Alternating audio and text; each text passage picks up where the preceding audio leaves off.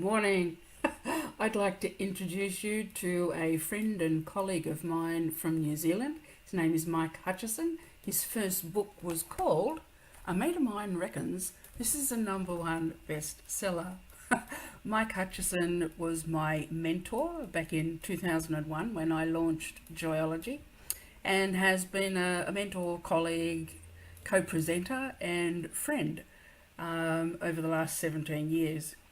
He's probably the most genial man that I know, and I've always admired his intelligence, his creativity, and his capacity for humour. Say no more. There'll be 2 or 3 episodes. This was a very long interview, so I've broken it up into several parts.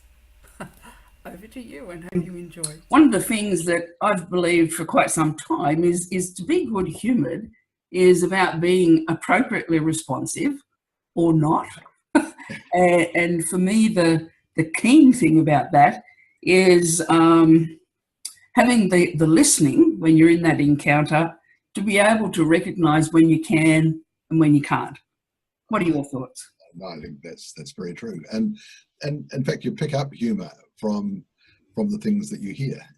It doesn't just automatically come into your head out of the ether. It's always a reflection of either phraseology or irony or a twist on what you've heard. I often take either my phone on the record button, or I always keep some paper in my pocket and record little conversations or phrases that I've heard. Yes. Little colloquialisms. So yeah, it just reflects what you've heard outside. Listening, what do they say? We're given 2 ears and 1 mouth to be used in that proportion. Yes. On the tour with Patch Adams back in 2004, he shared with me a story about his mother, who was a diabetic, and she'd had very poor circulation, so it ended up losing one limb, was amputated, and he was there when she woke up, and in his big booming voice, he's patting Ma's hand as she kind of rallies from the anaesthetic and leans in and says, "Well, Ma, now you know what it's like to have one foot in the grave." And, I really got at that time. But only Patch, in that context, could have said that to his mother. That's right. For others, where there was no relationship, it could, and very likely would, land like a lead balloon. So the whole thing of having levels of relationship, and then it's like, for me, it's like a dance. And you've got to have that listening to really be able to step into those steps. In your this book in chapter 1, creativity and cardiology, the first couple of sentences say, "A mate of mine reckons that you don't want too much creativity in your average heart surgeon." And that whole chapter is about creativity and intelligence. Yep. Yeah. It's interesting, because when I was running Saatchi, I got a psychologist to come into the agency and spend a week with us to watch how we work, because I've always been concerned why it's difficult for creative people or intuitive people to sell ideas to non-intuitive or non-creative people. And so I got her into to watch how we work, just observe our behaviour, and try and perhaps explain to us why our clients didn't immediately recognise our genius and do exactly what we said. It was interesting. She said, "Well, they think you're Fruit Loops for a start."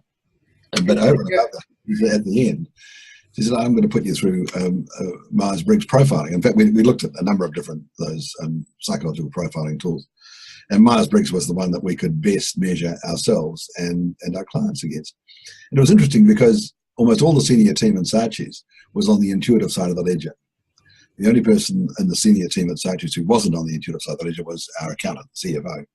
And I realized then that our client companies, being large public organizations, large public companies, even if the individuals we dealt with might have been intuitive or creative, their corporate cultures certainly weren't. So the culture kills the creativity. Yeah. And because they have to respond quarterly and on a financial basis. So that any organization is known by what it measures. And public companies basically measure money. They don't measure culture or happiness. Or if they do, they pay lip service to it and nothing really happens. And it's interesting to know, I'm sure you're well aware of it, that dissatisfaction at work and people leaving their jobs, they don't necessarily leave because they don't like their job. They usually leave because they don't like the culture or the manager.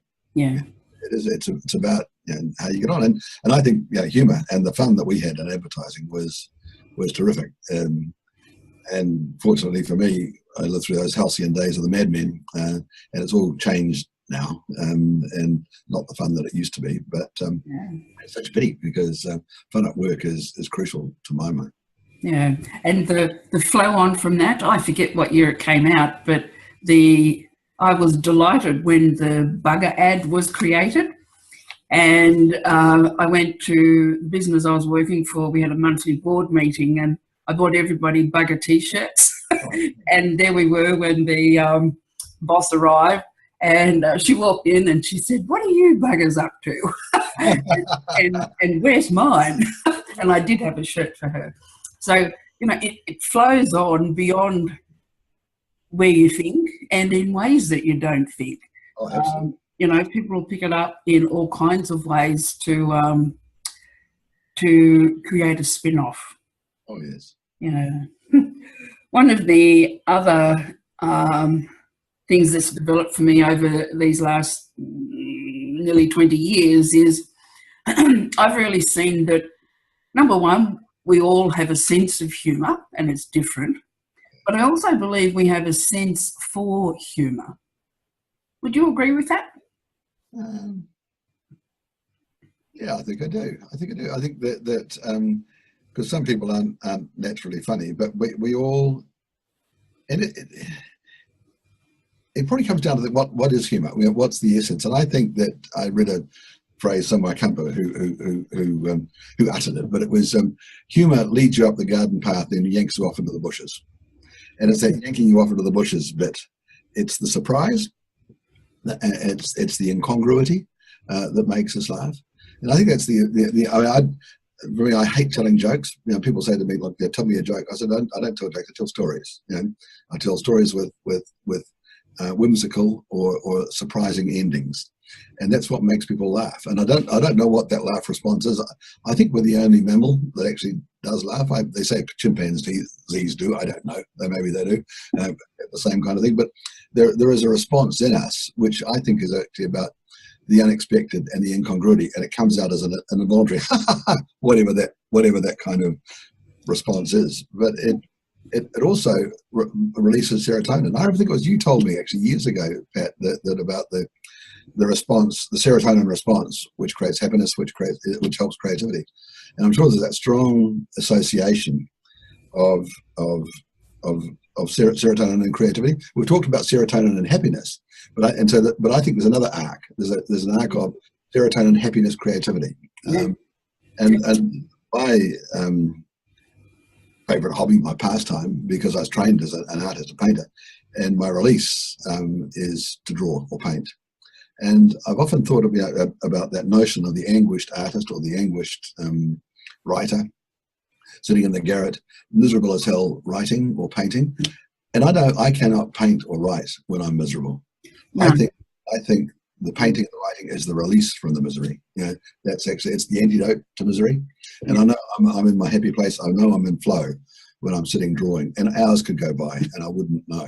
It's just every little brush stroke or every little pen stroke to me is an expression of real joy and happiness. One of the things I often say with my clients is it's important to really find those places where you are most happy and then orchestrate them occurring as often as possible.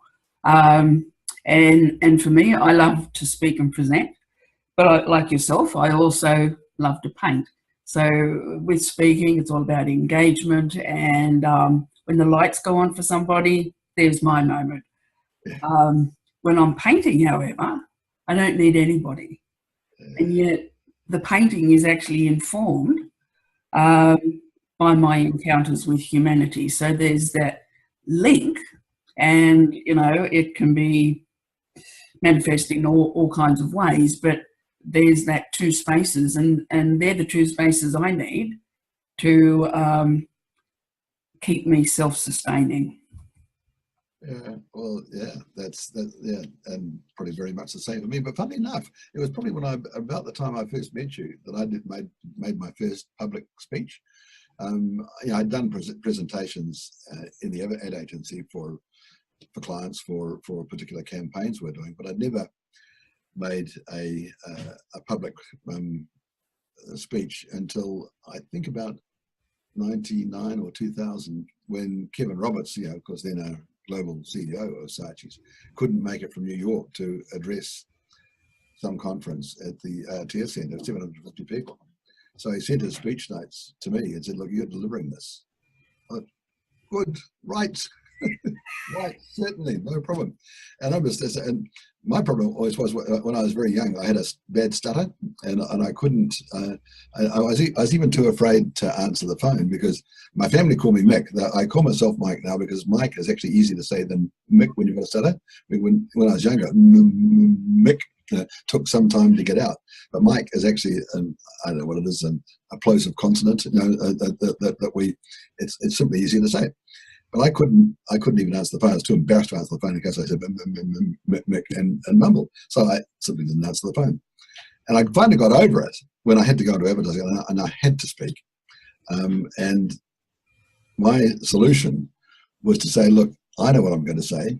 You don't. Therefore, you've got the problem. And as soon as I transferred that problem mentally to somebody else, it went away. I still do it a bit now if I get excited or anxious or pissed, I will still mumble and stuff.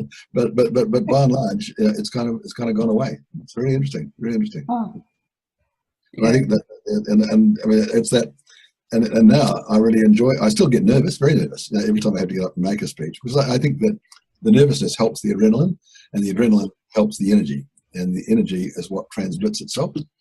And just lately, in fact, I was talking about this with Catherine Newton, is now my educational colleague, about what I call subatomic particles. When you meet someone, when you like someone, and this transmits itself, if you're a speaker to an audience, engage with them, and they say it's good chemistry. It cannot be chemistry, because no body fluids have been exchanged at that point, I hope. No, but so I believe it's physics. It's subatomic particles. We transmit stuff through the air, through the ether, and as we all know, on a scientific basis, only 3% of the universe is stuff we can touch and feel and see. The stars, everything that we see in the universe, this television screen, this table I'm sitting at, it is only 3% of the universe. Most of the universe, 97% of it, is dark energy and dark matter. And it's made up of tiny subatomic particles. We don't understand it. We don't even know what it is. We can't even see it, because there's just no way of measuring it. And these things are tiny. I just heard the other day, from I was reading a book, an astrophysicist called Michio Kaku was describing, for example, what is the smallest known conceivable length, which is Planck length, which is so tiny. If, for example, you took a hydrogen atom, which is the smallest known atom, one electron, one neutron, and you expanded that one atom to the size of the known universe, Planck length would fit inside this little studio I'm talking to you in now. It'd be about the size of a big tree. Now, that's why these little tiny neutrinos and subatomic particles of dying stars are passing right through us right now. Millions of them. From all of it, and they're so infinitely tiny we can't even conceive how tiny these things are. But you cannot tell me that they don't affect in some way our psychology or the way we think as much as affecting matter. And you could call it God, you could call it spirituality, you call it whatever you like, but there's stuff going on out there in the universe, in physics, that transmits itself between people. It's not chemistry, it's physics. We have a resonance, and I recently had a fall in Sydney and had a big tear in my knee, and even it was 3 weeks ago, so it's healed now, but at the time I just marvelled at how I could maintain my presence. It's pouring with rain. About 3 men came to assist me, and then another 2 from the railway across the road, and then 6 firemen. And I thought, well, you're in heaven. looky here. Without wanting to sound conceited, I got that I was attractive, Yeah. you know, and it wasn't about personal beauty. There was something about me that, you know, there was the passing Sydney parade, hundreds of people going to and fro, not looking, not stopping. But they stopped and they saw me through to, you know, being into the ambulance. And that's energy. And so even in spite of a significant trauma, my vibration was really good. And that was actually a wonderful sign for me, because I've been unwell. So it was just a good sign of, yep, this place that I like to hold, it is coming back in its fullness. Mm. You do transmit that energy. You know, you're out there, you know, and that attracts people. It is attractive. People like to, you know, you're like the moth to a candle. You know, you do bring people around. Yeah. And I remember one time at Wade Jackson's improv theatre, and he was asking questions from the audience to, you know, gather the detail for the next act they were going to put on. And a woman had offered, you know, some information, and then he said, "Thank you. And what's your name?" And she said, "Helen." And he said, "Correct." And I was the only person that laughed. Well, yeah. Well, It's like, oh dear, why, you know, don't you get it? You know, let's see. Funny people are quick-witted. Now that's what, and they come back quickly. And not many people are that quick-witted. So it takes a second or two for them to get the joke. Yeah. That's why pause is so important in presentations. And I've learned that, because I reel off one-liners thinking they're absolutely hilarious, and nothing happens. And I'll say something really dumb, and people piss themselves laughing. What's that about? You know, the bits that I don't think are funny seems to me to what make people laugh. And I think, don't you get the really cleverness of this other thing I just said? And it just misses them totally. Yeah. And I think I've learned that too, that to refocus my speech at a level that most people can absorb and laugh at. Yeah. Yeah.